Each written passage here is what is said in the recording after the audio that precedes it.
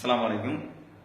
சமீபத்திய நாட்களில் வலைதளங்களில் பேஸ்புக், வாட்ஸ்அப் போன்ற வலைதளங்களில் ஒரு தடுப்பூசி போடுவது குறித்த ஒரு கருத்துகள் வேகமாக பரவி கொண்டிருக்கிறது. பள்ளிக்கூடங்களிலே படிக்கிற சிறுவர்களுக்கு அரசு தரப்பிலிருந்து போடக்கூடிய இந்த தடுப்பூசி அவர்களுக்கு பெரிய ஆபத்தை ஏற்படுத்தும், அதை போடுவது கூடாது என்கிற கருத்துல சமூக வலைதளங்கள்ல வேகமாக பரவக்கூடிய இந்த கருத்துக்கு மக்களிடத்தில் எழக்கூடிய வினாக்களுக்கு விடையளிக்கக்கூடிய வகையில் நம்முடைய அரங்கிற்கு குழந்தைகள் சிறப்பு மருத்துவர் டாக்டர் கிசார் அவர்கள் வந்திருக்கிறார்கள். அவர்களிடத்தில் உங்கள் தரப்பிலிருந்து எழக்கூடிய வினாக்களுக்கு விடை கேட்போம். அஸ்ஸலாமு அலைக்கும். அதாவது இப்ப வலைதளங்கள்ல வேகமா பரவிட்டு இருக்கக்கூடிய ஒரு பிரச்சனை, குழந்தைகளுக்கு அரசாங்கம் பள்ளிக்கூடங்கள்ல படிக்கக்கூடிய சிறுவர்களுக்கு ஒரு தடுப்பூசி போட இருக்கிறதாகவும், அந்த தடுப்பூசி MR என்று சொல்லக்கூடிய ஒரு தடுப்பூசி, இது போடக்கூடாது, இதனால பெரிய விளைவான விளைவுகளை ஏற்படுத்தும் அப்படின்னு சொல்லி வலைதளங்கள்ல பரவிக்கிட்டு இருக்குது. அப்ப அதை பத்தி உங்களுடைய கருத்து என்ன? அந்த மாதிரியான ஒரு தடுப்பூசி இருக்குதா? தடுப்பூசி எதிரான சில கருத்துக்கள் அண்மையில் இல்ல, பல வருடங்களாமே வாட்ஸ்அப் முகநூல்கள் பரவி கொண்டிருக்கிறது. இந்த MR வேக்சின் இன்ஸ்டியூட் உள்ள போக முன்னாடி அண்மையில மலப்புரம், கேரளா மாநிலம் மலப்புரத்தில் நடந்த ஒரு இன்சிடென்ட் சொல்ல வர்றேன். ஆக்சுவலா டிப்தீரியாங்கிற ஒரு தொண்டை அடைப்பான் நோய் சில 10 வருடம் முன்னாலேயே இந்தியாவிலிருந்து முழுவதுமாக ஒழிக்கப்பட்டு விட்டது, உலக நாடுகளிலிருந்து ஒழிக்கப்பட்டு விட்டது. ஆனால் 2014 கேரளா மாநிலம் மலப்புரத்தில் ஒரு 5 டிப்தீரியா நோய் கண்டுபிடிக்கப்பட்டது. அதுக்கு அடுத்த வருஷம் 2015-16 12 நோய் கண்டுபிடிக்கப்பட்டது. அந்த நோயின் எண்ணிக்கை வர வர அதிகரித்துக் கொண்டே போகின்றது. இதுக்கு என்ன காரணம் என்று பார்க்கும் போது, கேரளாவை சேர்ந்த சுகாதாரத்துறை அதிகாரிகள் கள ஆய்வு மேற்கொண்டார்கள். கிட்டத்தட்ட 1 வயது முதல் 15 வயது வரை குழந்தைகள், பெரியவர்களில் சுமார் 1,70,000 பேருக்கு இந்த டிபிடி என்னும் டிப்தீரியா பெர்டூசிஸ் டெட்டனஸ், அதாவது தொண்டை அடைப்பான், கக்குவான் அண்ட் டெட்டனஸ் நோய் தடுப்பூசி போடவே இல்லை என்று அறியப்படுகிறது. இதுக்கு என்ன காரணம் என்று அறியப்படும் போது, ஒரு இஸ்லாமிய பெண்களுக்கான அமைப்பு ஒரு மாநாட்டின் போது ஒரு வைரலாக வீடியோ எடுத்து பரவ செய்தார்கள். அதில் இந்த தடுப்பூசிகள் சில விலங்குகளுடைய பிரிசர்வேட்டிவ்ஸ், நுண்கிருமிகள் இருக்கிறதுனால இந்த தடுப்பூசியை போடுவது ஹராம் என்ற முறையில் ஒரு தவறான சித்தத்தை பரவிவிட்டார்கள். இதன் காரணமாக இந்த கடந்த 3-4 வருடங்களாக இந்த கேரளா மாநிலம் மலப்புரத்தில் அந்த டிபிடி இன்ஜெக்ஷன் கிட்டத்தட்ட 1,70,000 பேர் எடுக்காத விளைவாக இவ்வளவு பெரிய எஃபர்ட் ஏற்பட்டு இந்த டிப்தீரியா அறவே ஒழிக்கப்பட்ட 20 வருஷம் முன்னாடி அறவே ஒழிக்கப்பட்ட டிப்தீரியா நோய் இப்போது திரும்ப எமர்ஜ் ஆயிருக்குது. மார்க்கத்தின் தவறான கருத்தில், மார்க்கத்தின் அடிப்படையில் தவறான கருத்தில் பரப்பிவிட்டது காரணமாக ஏற்கனவே ஒழிக்கப்பட்ட நோய் திரும்ப வந்திருக்குது. அதே போலதான் இந்த MR வேக்சின். இந்த MR வேக்சின் என்பது என்னன்னு நம்ம தெரிஞ்சுக்கிறது முன்னாடி MRனா என்னது ஃபர்ஸ்ட் என்னன்னு பார்ப்போம் சொல்லிட்டு. அதாவது MRங்கிறது மீசில்ஸ் அண்ட் ருபெல்லா. மீசில்ஸ்னா என்னது, ருபெல்லானா என்னன்னு பார்க்கறது ஃபர்ஸ்ட்.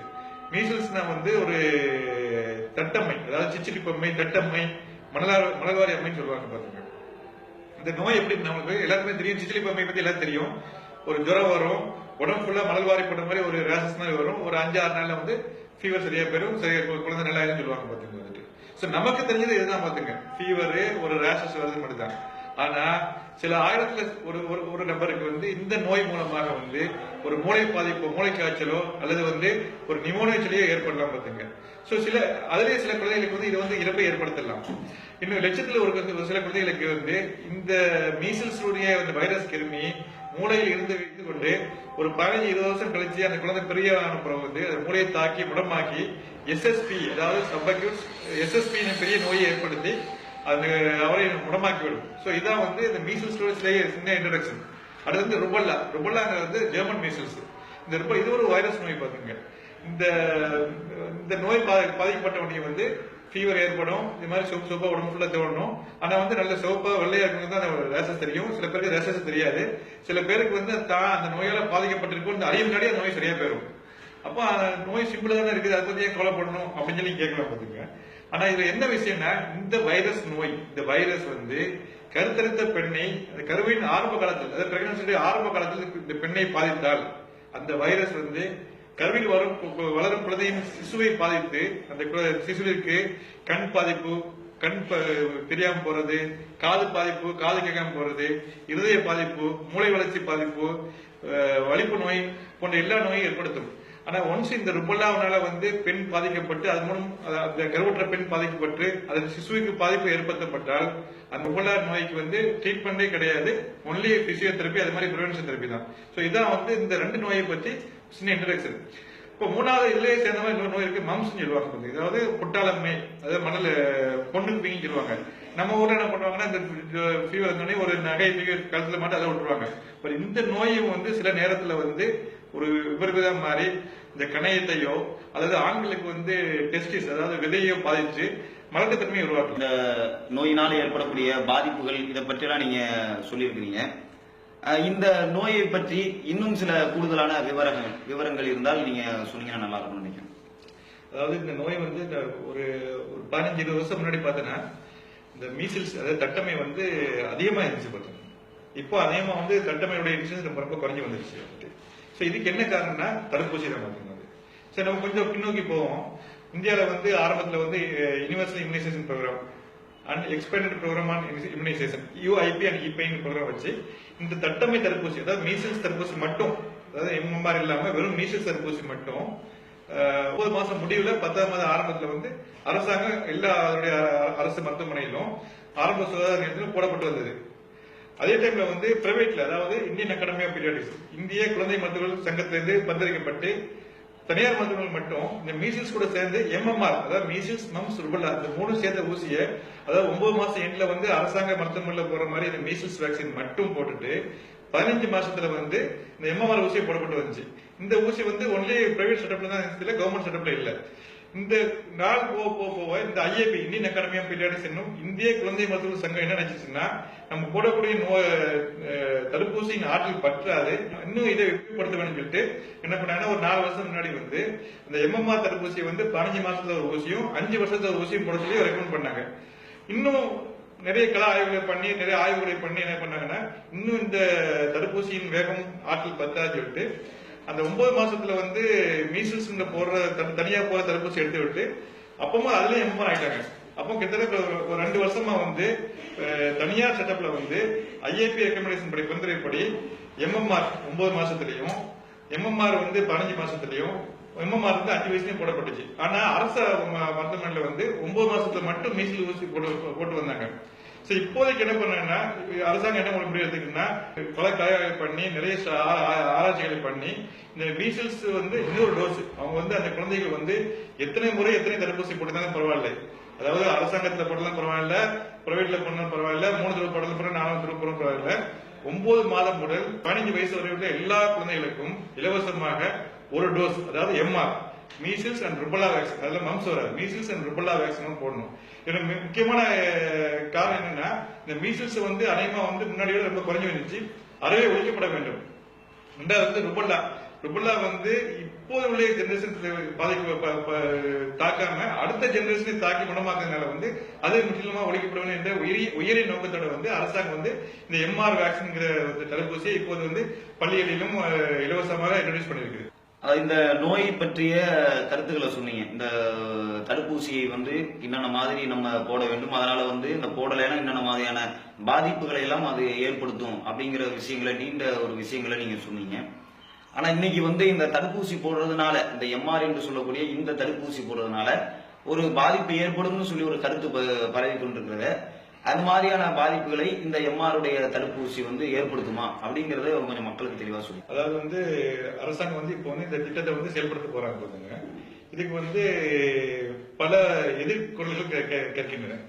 அப்ப இந்த வந்து நம்ம இதுல வந்து மருத்துவ அறிவியல் பூர்வம் பேசல. அவங்க வந்து தனக்கு ஒரு மெசேஜ் வந்து நான் ரிசீவ் பண்ண அதை ஃபார்வர்ட் பண்ண அதை ஆராயவே இல்லை. யாராவது ஒருத்தர் எங்கேயோ ஆரம்பிச்சு அப்ப நம்மளும் வந்து அந்த அறிவியல் பூர்வமா விட்டுருவோம். சயின்டிபிக்கா பண்ணா ரொம்ப டீப்பா போயிட்டு இருக்காங்க. அவங்க பேசின கருத்துலேயே நம்ம சில கருத்துல எடுத்துக்கிறோம்.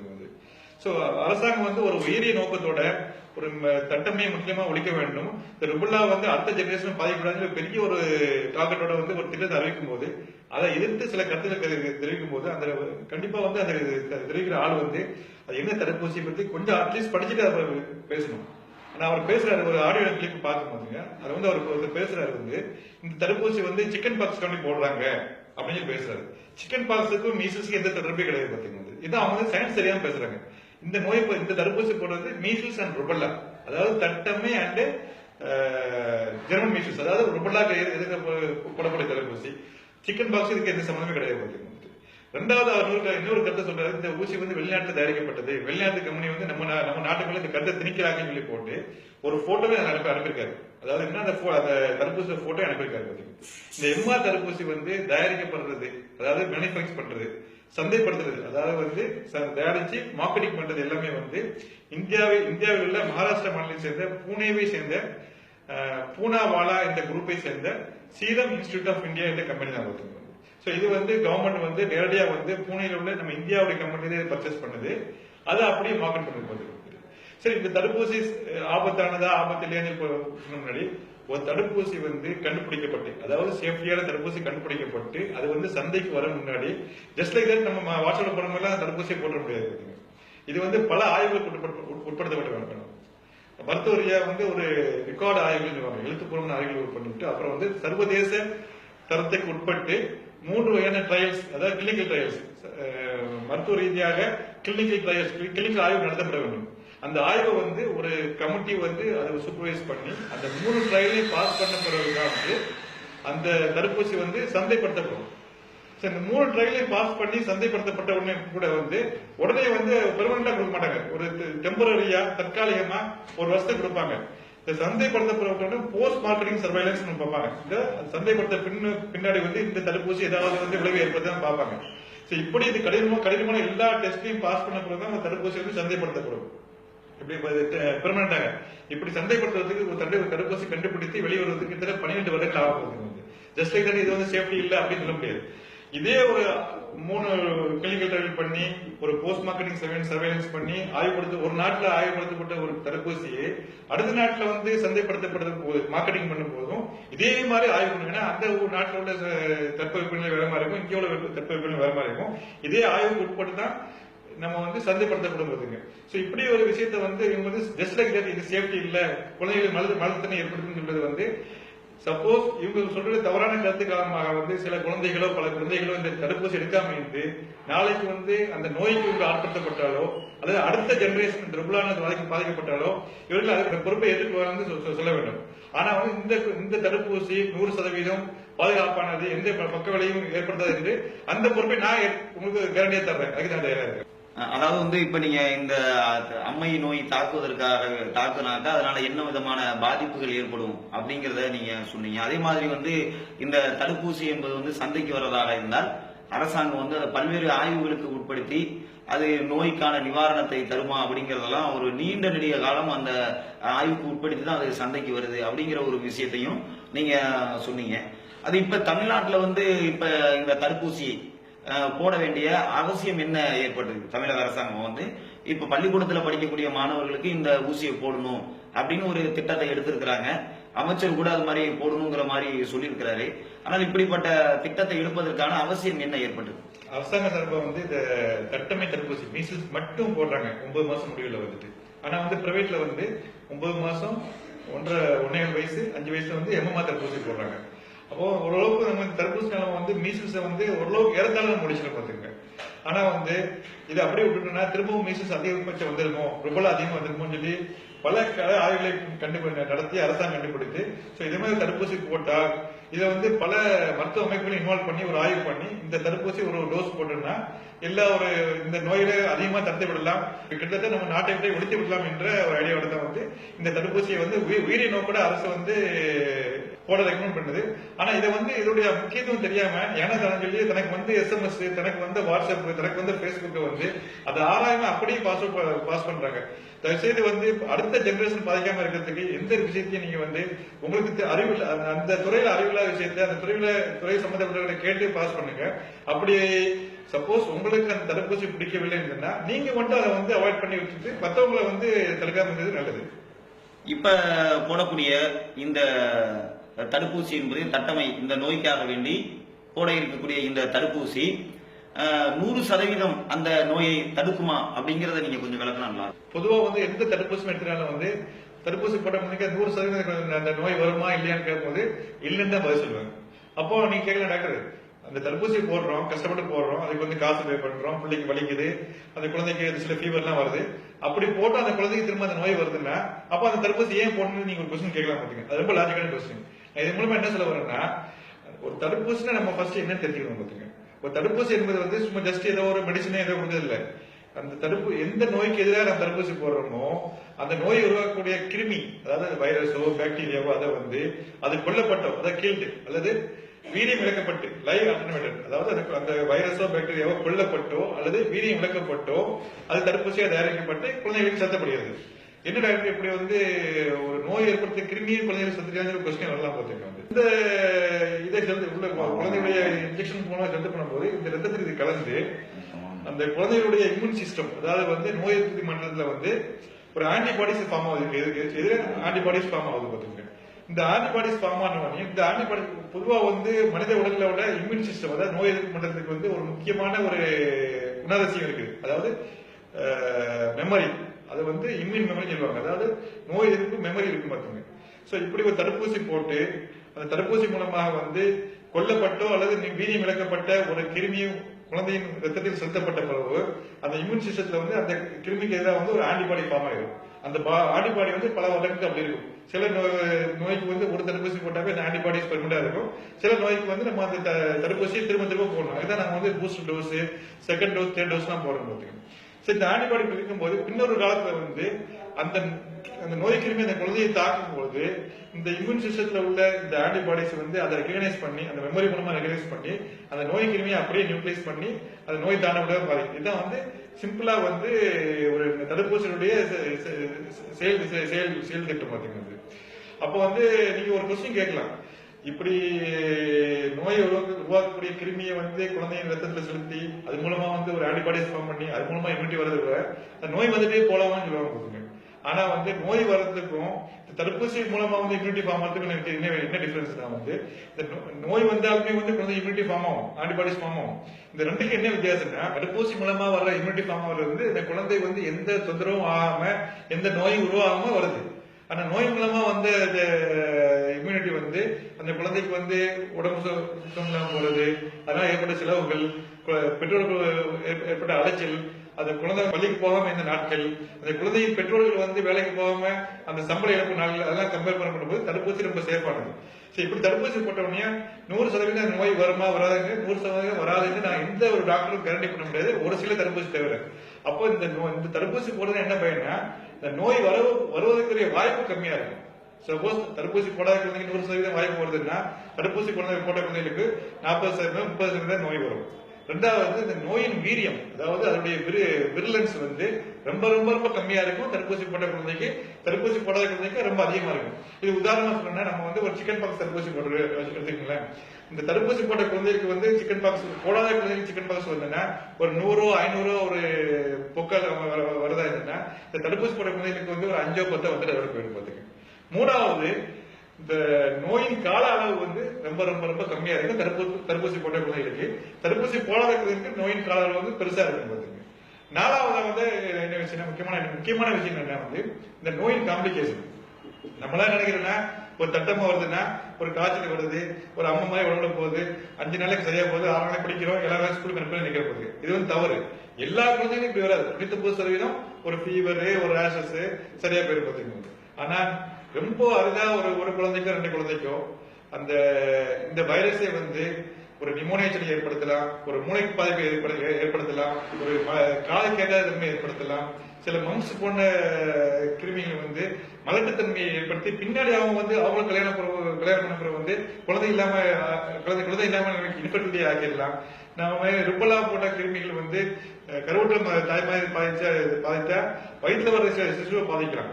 சோ நம்ம இந்த தடுப்பூசி போட்ட குழந்தைகளுக்கு வந்து இந்த காம்ப்ளிகேஷன் வராது. அந்த நோய் வந்துட்டு போகும், ரொம்ப லைட்டா வரும், வரக்கூடிய வாய்ப்பு கம்மி, அந்த நோயுடைய வீரியம் கம்மியா இருக்கும், அந்த நோயுடைய கால அளவு கம்மியா இருக்கும். ஆனா வந்து இந்த நோயுடைய காம்ப்ளிகேஷன் இந்த மூளை காய்ச்சல், நோயினால் வர மூளை காய்ச்சல், நோயினால் வர இதய பாதிப்பு, நோயினால் வர நுரையீரல் பாதிப்பு, இதெல்லாம் சுத்தமா எதுவுமே இருக்காது. 100% சேஃபா இருக்கும். ரொம்ப நன்றி. சில அழகான விளக்கத்தை அவங்க நமக்கு கொடுத்திருக்கிறாங்க. அதாவது என்னன்னா வந்து ஒரு நோய் ஏற்பட்டால் அதற்கான சிகிச்சையை நீங்கள் மேற்கொள்வதை விட அந்த நோய் ஏற்படுவதற்கு முன்பாக அதை தடுப்பதற்கான சிகிச்சை தான் இந்த தடுப்பூசி என்பது என்று சொல்லி அவர்கள் அழகான முறையில சொன்னாங்க. அப்ப இந்த தடுப்பூசி என்பது ஒருவர் போட்டுக்கொண்டார்கள் என்று சொன்னால் அவங்களுக்கு அந்த அவர்களுடைய பருவ காலத்துல அல்லது அவர்கள் வளர்ந்த பிறகு ஏற்படக்கூடிய பல்வேறு விதமான நோய்களை ஆரம்பத்திலேயே நம்ம தடுத்திட முடியும் அப்படிங்கிறத ரொம்ப தெளிவா நமக்கு சொல்லியிருக்கிறாங்க. அதே மாதிரி இன்னொரு ஒரு சந்தேகம் நமக்கு எழுது. அது கடந்த காலங்களில் வந்து போலியோ பற்றிய சில வதந்திகள் தமிழகத்துல இந்தியா அளவுல பெரிய அளவுல அந்த வதந்தி பரப்பப்பட்டது. அதாவது அமெரிக்காவில் போலியோவுக்கான தடுப்பூசிகளை எல்லாம் நிறுத்திட்டாங்க, அது வந்து அங்க போடுறது இல்ல. ஆனால் அதை இந்தியாவில வந்து ஏன் போலியோவுக்கான தடுப்பூசிகள் வந்து போடுறாங்கன்னு சொல்லி ஒரு இதே போன்ற ஒரு வதந்திகள் முன்னாடி பரப்பப்பட்டது. அதை பத்தி கொஞ்சம் விளக்கி சொல்லிங்கன்னா. போலியோ தடுப்பூசியை பத்தி சொல்ல முன்னாடி போலியோ பத்தி சொல்லிடுறேன். போலியோல வந்து தடுப்பூசி 2 வகையா இருக்குது. ஒன்னு வந்து போலியோ டிராப்ஸ், அதாவது வந்து டிராப்ஸ் வழியா வாய் வழியா போறது, இன்னொன்னு ஊசி வழியா போறது. அப்போ வந்து இது உலகளாவே வந்து நீங்க வந்து 1960, 70 பார்த்தீங்கன்னா உலகளாவே வந்து போலியோ வருஷத்துக்கு பல லட்சம் பேர் பாய்ச்சி வருதுங்க. அப்போ வந்து அவருக்கு போலியோ டிராப்ஸ் போட்டே வந்தாங்க, போலியோ டிராப்ஸா போட்டு வந்தாங்க. கிட்டத்தட்ட 1990களில் வந்து அமெரிக்காவில் மற்ற யூரோப்பிய நாடுகளில் வந்து போலியோ வந்து முற்றிலுமா ஒழிக்கப்பட்டுச்சு. அதனால என்ன பண்ணாங்கன்னா ஒன்ஸ் போலியோ ஒழிச்ச உடனே அந்த டிராப்ஸ் தேவையில்லை நமக்கு வந்து. ஏன்னா அவங்க வந்து போலியோ ஒழிச்ச உடனே சடனா வந்து ஒரு கவர்மெண்ட் சொல்றது எங்க நாட்டுல போலியோ இல்லைன்னா உடனே ஒழிச்சுன்னு சொல்ல மாட்டாங்க. அதாவது WHO, அதாவது உலக சுகாதார மையம் வந்து அதை ஆய்வு செய்து பல பல பல சந்தைகளை உட்பட்டு ஆய்வு பண்ணி 3 வருடம் வெயிட் பண்ணி பார்ப்பாங்க. 3 வருஷத்துல அந்த நாட்டுல வந்து எந்த நோயுமே வராட்டதான் போலியோ ஒழிக்கப்பட்டதுன்னு சொல்லுவாங்க. அப்ப அந்த அமெரிக்கா மற்றும் ஐரோப்பிய நாடுல வந்து 1990 வந்து போலியோ ஒழிச்சாச்சு. இப்ப போலியோ ஒழிச்சாச்சு, அதுக்கப்புறம் அந்த நாட்டுல வந்து போலியோ டிராப்ஸ் தேவையில்லை. அதனால என்ன பண்ணாங்கன்னா போலியோ டிராப்ஸ் அவங்க ஸ்டாப் பண்ணிட்டு போலியோ இன்ஜெக்ஷனா மாத்திட்டாங்க.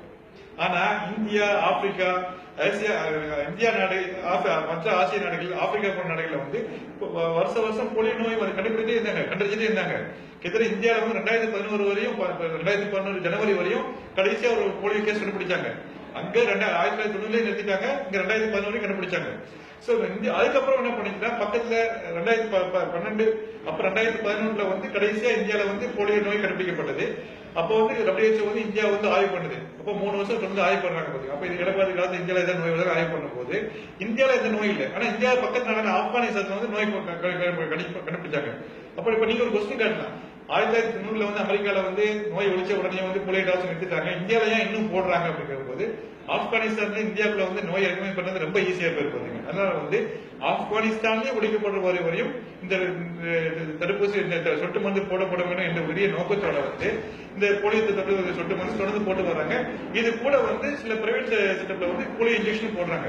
ஆனா இதைத்தான் வந்து இந்த அதிமேதாவிகள் புலனாய்வு பண்ற அதிமேதாவிகள் சொல்றாங்கன்னா அமெரிக்கால வந்து போலியோ டிராப்ஸ் ஒழிச்சிட்டாங்க, அவங்களோட பிசினஸ் ஸ்டாக் எல்லாம் இங்க வந்து பிடிக்கிறான்னு சொல்றாங்க. இது வந்து அறிவியல் பூர்வம் இல்லாத ஒரு வாதம். தெரியாத கருத்தை வந்து தெரிஞ்சபடி கேட்டு தெரிஞ்சுக்கணும். அமெரிக்கால வந்து ஐரோப்பிய நாடுகள்ல 1990 வந்து போலியோ ஒழிக்கப்பட்டு, அதனால அங்க டிராப்ஸ் தேவையில்லை, அதனால அங்க ஸ்டாப் பண்ணாங்க. இங்க வந்து போலியோ சுகாதாரம் கொஞ்சம் கம்மியா இருக்கிறதுனால இந்தியா, ஆப்கானிஸ்தான், நைஜீரியா இதுதான் கடைசி நோய் போலியோ எதிர்த்து இருந்துச்சு. சுகாதாரம் கம்மியா வந்து இங்க போலியோ டிராப்ஸ் தேவைப்பட்டுச்சு. போலியோ நோயை ஒழிக்கிறதுக்கு ஒரே வழி வந்து போலியோ டிராப்ஸ் தான். இந்த பல்ஸ் போலியோ சொல்லி ஜனவரி போட்டு வருவாங்க பாத்தீங்க. அந்த போட்ட விளைவுனால தான் வந்து இன்னைக்கு வந்து நம்ம வந்து போலியோ ஃப்ரீ இந்தியா வந்து நம்ம எராடிகேட் பண்ணி போலியோ ஃப்ரீ இந்தியா இருக்கோம். சோ அந்த போலியோ பத்திய கருத்துக்கள் தவறான கருத்துக்கள். இப்படி இவங்க வந்து ஜஸ்ட் லைக் தட் அவங்க தெரிஞ்ச கருத்தை வந்து அப்படியே ஃபார்வர்ட் பண்ணிடுறாங்க. இதனால வந்து போலியோ டிராப்ஸ் போடுறது நிறுத்தப்பட்டு திரும்ப வந்து நம்ம வந்து போலியோ கேஸ் இந்தியாவில் கண்டுபிடிக்கப்பட்டார். இந்த போலியோ ஒழிக்கிறதுக்கு வந்து இந்தியா எடுத்த சிரத்தை வந்து வந்து பல கோடிகளை செலவழிச்சிருக்கு, பல எஃபர்ட்களை போட்டிருக்குது. இப்போ இதெல்லாம் வந்து நீங்க தப்பான கருத்துக்களை பரவல் செய்யுது. அந்த நோய் திரும்ப வந்துச்சுன்னா நீங்க வந்து அதுக்கு பொறுப்பாளிகள், நீங்க அதுக்கு கண்டிப்பா பதில் சொல்லணும். சோ இந்த வாட்ஸ்அப் மூலமாகவும் இந்த பேஸ்புக் மூலமாகவும் தனக்கு தெரியாத மற்றவங்க அனுப்பி வைக்கிற தவறான கருத்துக்களை, அறிவியல் பூர்வம் இல்லாத கருத்துக்களை நீங்க பரப்ப முன்னாடி அவங்க தெரிஞ்சபடி கேட்டுக்கீங்க. உங்களுக்கு தெரியலன்னா பேசாம இருந்துட்டு நீங்க வந்துட்டு உங்களுக்கு சப்போஸ் இந்த கருத்துக்கள் உங்களுக்கு பிடிக்கல, தடுப்பூசி போட உங்களுக்கு பிடிக்கலன்னா உங்களுக்கு மட்டும் நீங்க வந்து அதை அவாய்ட் பண்ணிட்டு அந்த தவறான கருத்தை மக்களுக்கு பரப்பாம இருக்க வந்துட்டு. அப்படி உங்களுக்கு அதை பத்தி அதிகபட்ச இது தேவைன்னா தெரிஞ்சவங்களுக்கு கேளுங்க. நீங்க தெரிஞ்ச நிறைய அமைப்புகளுக்கு அவங்க கேளுங்க. வந்து தயவு செய்து வந்து மக்களின் எதிர்காலத்தை, குழந்தைகளின் எதிர்காலத்தை, சுகாதாரத்தை பாதிக்க எந்த தவறான கருத்தையும் பரப்பாதீங்க. இதே மாதிரிதான் போலியோ டிராப்ஸ்ல வந்து நிலை ஏற்பட்டுச்சு. போன மாசம் கூட ஒரு மெசேஜ் அனுப்பி இந்த போலியோ டிராப்ஸ் போட்டா திரும்ப தாக்கணும் தவறான மெசேஜ் அனுப்புறாங்க. நல்லா காப்பாற்றணும். இல்ல இந்த போலியோ நோய் நம்ம நாட்டில் திரும்ப வந்துடக்கூடாது. ஒன்ஸ் வந்துட்டேன்னா அது ரொம்ப ஃபாஸ்டா பரவக்கூடிய வாய்ப்பு இருக்குது. திரும்ப நம்ம ஒழிக்கிறதுக்கு ரொம்ப ரொம்ப ரொம்ப கஷ்டப்பட வேண்டியிருக்கும், பெரிய ஒரு டிராவல் பண்ண வேண்டியிருக்கும். அதுக்கு நீங்க யாரும் ஆளாகாதீங்க. அதே மாதிரி அரசாங்கம் வந்து ஒரு உன்னதமான முயற்சி எடுத்திருக்குது. இந்த மீசில்ஸ் வந்து சுத்தம் இல்லாம ஆகணும், இந்த ருபலாவை ஒழிச்சு அடுத்த ஜெனரேஷன், அதாவது தான் பாதிக்கப்பட்டு தனக்கு என்னன்னு தெரியாது, எந்த பாவம் முடியாது, வயிற்றுல சிசு பாதிக்கப்படக்கூடாது, அந்த ருபலாவுடைய பாதிப்பதை சொன்னேன், அந்த குழந்தை முடமாவே ஆயிடும். சோ இதெல்லாம் வந்து நீங்க மனசுல கருத்து கொண்டு இந்த நிலைமை யாருமே ஏற்படக்கூடாது. அதனால தயவு செய்து உங்களுக்கு தெரியாத கருத்துக்களை, இந்த தடுப்பூசி பத்தி தவறான கருத்துக்களை பரப்பாதீங்க. உங்களுக்கு அது ஏதாவது சந்தேகம் என்னன்னா தெரிஞ்சவங்களுக்கு கேட்டுக்கங்க. நீங்க வந்துட்டு இதே மீறி நீங்க பரப்பி அது மூலமா வந்து ஒரு குழந்தை பாதிக்கப்பட்டாலும் அவருடைய பொறுப்பை நீங்க முழுவதும் நீங்க தான் ஏற்றுக்கொள்ள வேண்டும். இந்த தடுப்பூசிகள் பாதுகாப்பானது, இதனால எந்த நோயும் வராது, எந்த மரணத்திலுமே ஏற்படாது, சேஃபானது 100% நான் வந்து உத்தரவாதம் தர்றேன். அதே மாதிரி இந்த தவறான கருத்துக்களை பரப்புடைய நீங்கள் வந்து இந்த குழந்தைகளுக்கு வந்து தடுப்பூசி போடாம இருந்தா இந்த நோய் வரவே வராது, நீங்க உத்தரவாதம் தர முடியுமா? அதை கொஞ்சம் யோசிச்சு பாருங்க. தமிழக அரசு சார்பில் குழந்தைகளுக்கு போட இருக்கக்கூடிய, குழந்தைகள் சிறுவர்களுக்கு போட இருக்கக்கூடிய ஒரு தடுப்பூசி, இது போடுவதனால் பல்வேறு விதமான பாதிப்புகளை அதை ஏற்படுத்தும், அதை போட வேண்டாம் என்று சொல்லி பரவலாக வாட்ஸ்அப், பேஸ்புக்கில் இந்த செய்திகள் பரவி கொண்டிருந்த இந்த நிலையில் நமது அரங்கிற்கு நேயர்களுக்கு அதற்கான விளக்கத்தை கொடுப்பதற்காக வேண்டி சில குழந்தைகளுடைய சிறப்பு மருத்துவர் டாக்டர் கிசார் அவர்கள் வந்திருந்தார்கள். பல்வேறு விதமான நம்முடைய சந்தேகங்களுக்கு மிக அழகான முறையில பதில் சொன்னார்கள். அதுல அவர்கள் சொன்ன பல விஷயங்கள் நமக்கு தெரிந்து கொள்ளக்கூடிய புதிய விஷயமாக இருந்தது. அதாவது கடந்த காலங்கள்ல அந்த போலியோவுடைய தடுப்பூசி சம்பந்தமாக ஒரு விஷயத்தை நமது இந்திய அரசாங்கம் மேற்கொள்கிற பொழுது அந்த தடுப்பூசியை போட வேண்டாம் என்கிற வதந்தி இன்றைக்கு பரவி கொண்டிருப்பதை போன்ற அன்றைக்கு பரவி இருந்துச்சு. ஆனால் இன்றைக்கு இந்தியால போலியோ என்கிற ஒரு நோயை இந்த தடுப்பூசி மூலமாக, போலியோ சொட்டு மருந்து மூலமாக அது முற்றிலுமாக ஒழிக்கப்பட்டிருக்கிறது. அது போன்ற ஒரு நிலைதான் இன்றைக்கு தமிழக அரசாங்கத்தின் மூலமாக எடுக்கக்கூடிய இந்த தட்டம்மை நோய்க்கான தடுப்பூசி என்று சொல்லி அழகாக அவர்கள் சொன்னார்கள். இதுல 100% அந்த நோயை ஒழிப்பதற்கான அந்த தடுப்பூசியில மருந்துகள் இருக்கிறது. அதே நேரத்தில் அந்த தடுப்பூசி என்பது அரசாங்கம் கண்டுபிடித்த உடனே அதை மக்களுடைய பயன்பாட்டிற்கு கொண்டு வராமல் பல ஆண்டுகள் அதை ஆய்வு செய்து அதற்கு பிறகுதான் இதை மக்களுடைய பயன்பாட்டிற்கு கொண்டு வருகிறார்கள் என்றெல்லாம் சொல்லி பல விஷயங்களை, விளக்கங்களை, மக்களுக்கு பயன் தரக்கூடிய விளக்கங்களை நமக்கு அளித்தார்கள். இது கண்டிப்பாக நமக்கு பயனளிக்கும் என்று சொல்லி நம்ம நம்புகிறோம். உங்களுடைய வருகைக்கு நன்றி தெரிவித்துக் கொள்கிறோம். ஆன்லைன் PA சப்ஸ்கிரைப் பண்ணுங்க. Thank you.